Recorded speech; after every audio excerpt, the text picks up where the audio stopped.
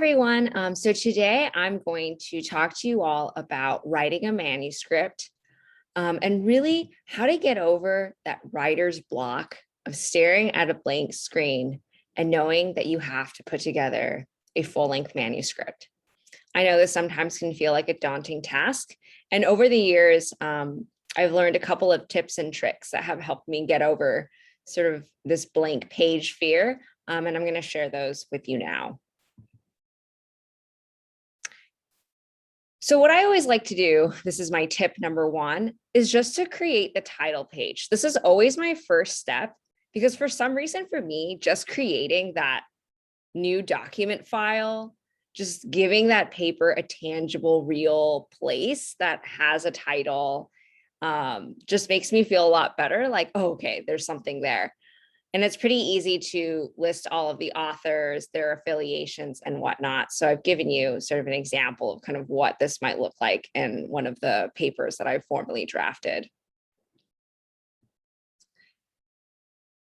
And then my second tip is that there actually is sort of an order of operations in terms of writing a paper.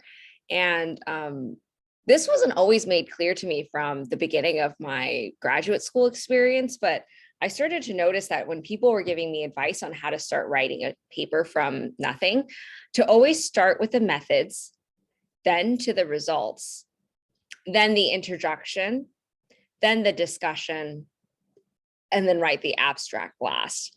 And this is sort of organized in the order of what's sort of easiest and most straightforward to write to sort of the more difficult things to write, like the discussion.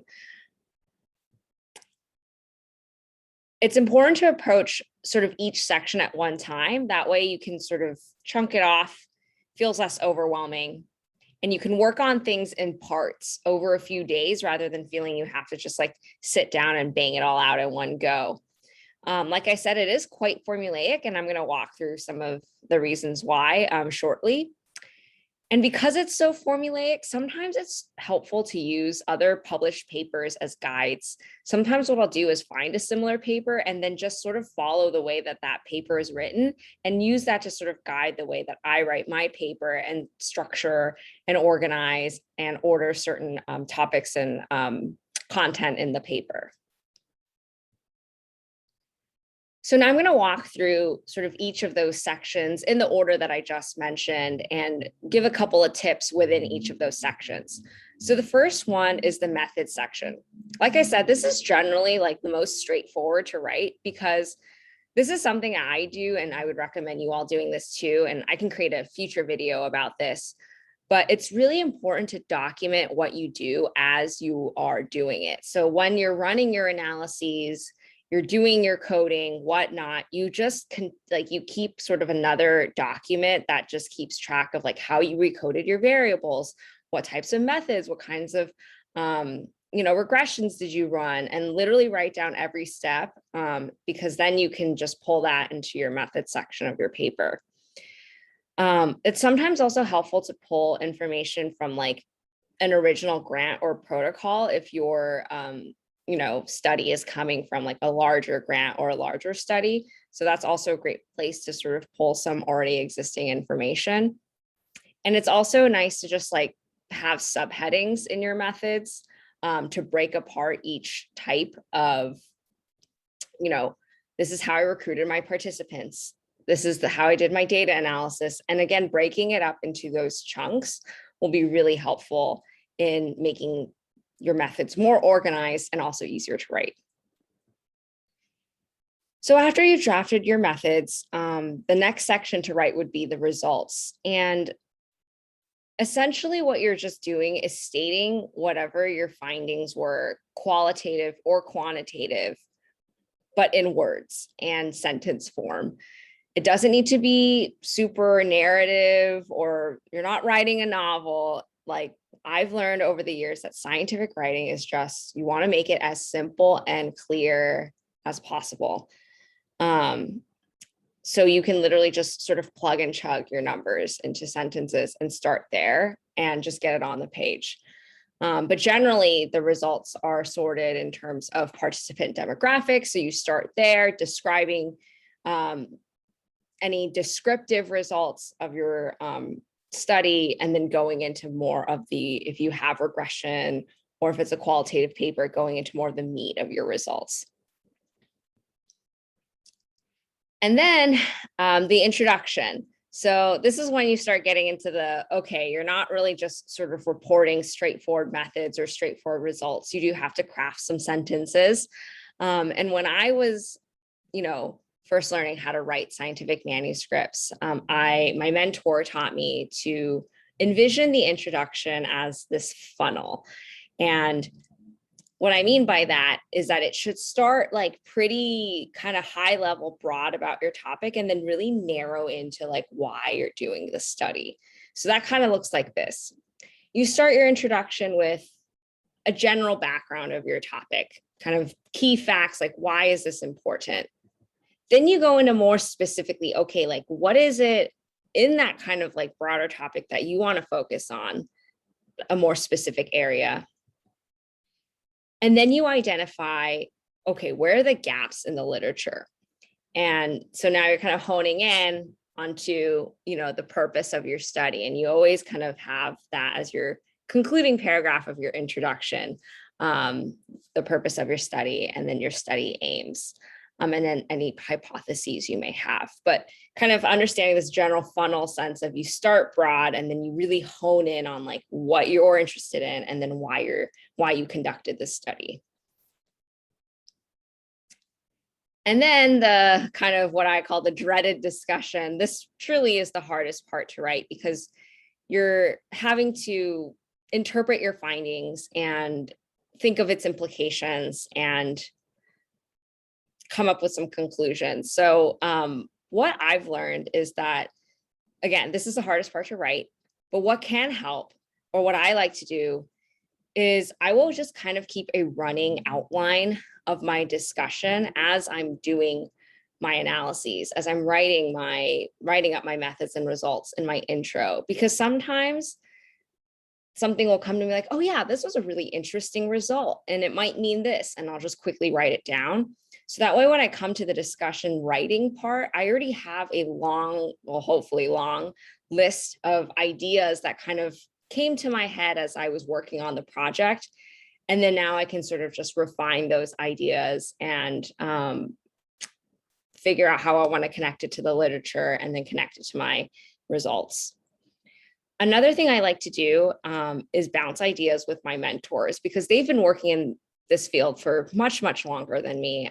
So they can generally just off the top of their head come up with some pretty insightful things. So sometimes I'll just pose a couple of questions to my mentors and then fiercely take down exactly what's coming out of their mouth to then sort of use that to frame my discussion and come up with some more ideas to sort of deepen some of my thoughts and use that as like a taking off point of some of my own ideas as well. And then once you're done with writing those sections, you can now write your abstract. And sometimes writing an abstract is also kind of difficult because you're having to summarize your entire paper, your entire study in like 200 to 300 words. So you're really having to like pick and choose, okay, how exactly do I want to craft these sentences? What I like to do just to have something to start with is I'll usually just scan through my manuscript and copy and paste key lines from each of my sections, my intro, my methods, results, and discussion. And then I'll put that all together. I'll cut out stuff so it fits the word count, and then I'll paraphrase it. And usually doing things in that order, it just feels better than, again, having to start from a blank page and come up with something. So that's usually my approach with the abstract. But yes, don't just copy and paste. You do need to paraphrase here or rewrite some of what you do end up pulling from the manuscript. Okay, so that was my overview of how to approach each section. And now I'm going to kind of come back to some more general tips on writing manuscripts in general. So my tip number 3 is, this applies for, again, all of the sections I may have just talked about, but just get the words down. The hardest part, at least for me, is just getting the words down on paper or onto the Word doc. Don't worry about making the language sound perfect. Usually whatever you end up writing anyway the first time around is going to look completely different by the time the paper gets to the last draft. So it's really about just getting your ideas, your wonderful ideas in your brain and onto that paper. Another thing is scientific writing is very straightforward. It's not like writing a novel, like I've already mentioned. So you can just be very cut and dry in what you say and not worry about using the best words, at least in your rough draft of your paper. And just know that with kind of your co-authors and other people reviewing your paper, it will become, the prose will start to sound better. But again, just focus on being straightforward and getting the words down. Another thing I also like to do is just to use materials that I've already written before. Self-plagiarizing is totally okay as long as it's not from an already published paper. And you can totally pull from homework assignments. I do that all the time. Or like assignments that have asked me to do literature reviews, also, drafts of grants. And again, this just gives you a place to already have written words down that you can pull from and throw into that Word doc to not have it be a blank page. Another thing that I like to do is sometimes if like I'm really on a roll with writing a section and I realize that, oh, I reach a sentence, I'm making this claim that probably needs a citation, rather than pausing and then spending 30 minutes in Google Scholar looking for the perfect article, I just put in a little bracket that says cite later and I put a highlight on it so I know to come back and do that. But that just also helps with me like not interrupting my flow of writing. And not feeling like I have to take a pause from that, find the perfect citation, come back, and then maybe like lose my train of thought. So again, this all kind of goes back to the theme of just get the words down and you can come back and make things a little more perfect later.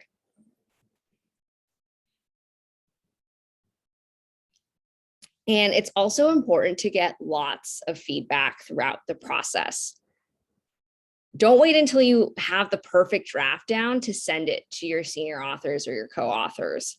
I like to do, or what I like to do is ask for sort of high level feedback from my mentors throughout the writing process. And I frame it like that so it's not like I'm sending this, what I would call a rough draft, and then asking for line edits, like just asking, okay, like where am I on the right track? And where do I need to maybe like change things up a little bit? And that usually is just so helpful and also just saves you from having to do some unnecessary writing and then going back and changing things. And like I've already mentioned, the final draft of your paper will just look very different from the first, and that's totally okay and just part of the process. I wanted to share this because this is generally what will happen is I'll send my co-authors or my team a draft of the paper and then it comes back looking like this. And, sometimes it's scary seeing like all of the colors and the edits all in like kind of taking over. But this is, again, just part of the process. And it's helpful because once you're just like so ingrained in your own writing, it's nice to have someone else with a little bit more of an outsider's perspective come in, read your manuscript and help clean it up and add in their comments.